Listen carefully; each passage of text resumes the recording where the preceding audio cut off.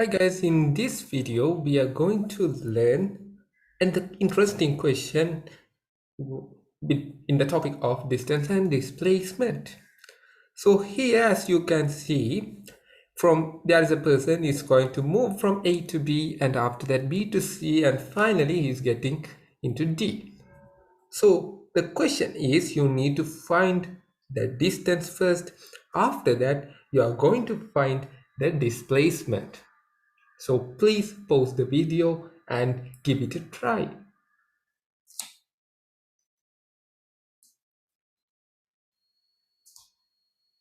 Okay, I hope you have tried it in your own. So here we are going to start from the distance.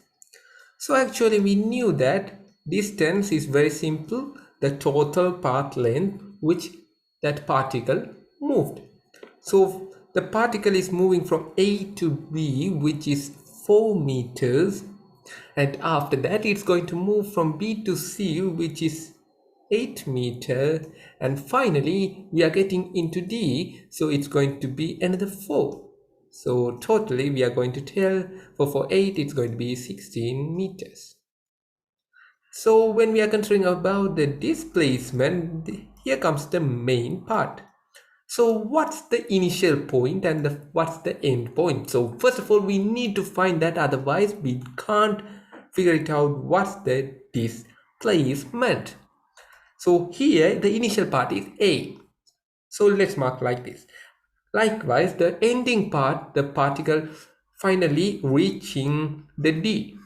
So finally we can, from this we can easily figure out we need to find the distance between A to D. So if we find this distance, it's going to be displacement.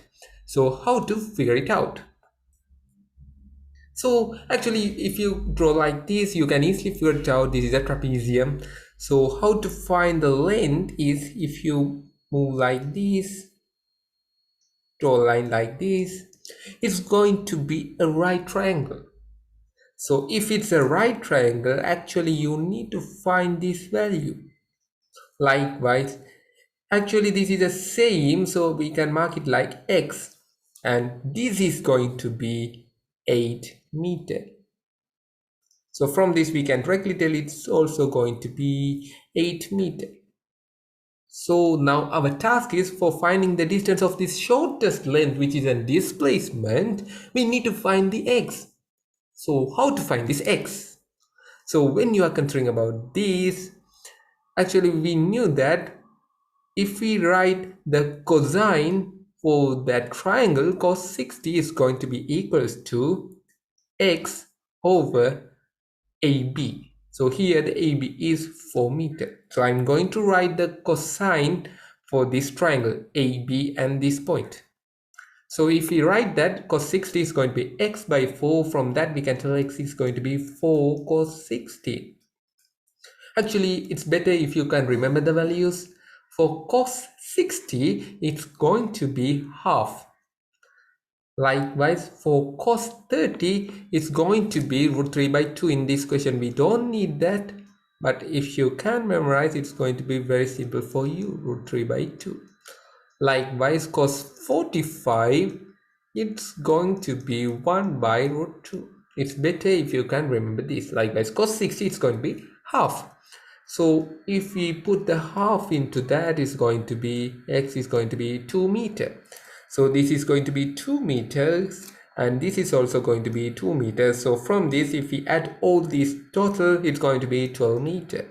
Is this the final answer? Actually, I knew that you already know it's going to be, it's not the full answer. So here we need to add the direction too. So here the direction is, it's very simple, it's going to be the straight line.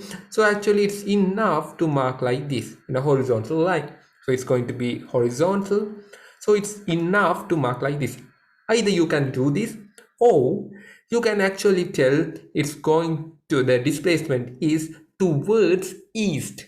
So actually we knew that we are going to consider the upper part as north in that paper you are writing down the answers. Likewise, in the left part, we are going to consider as east.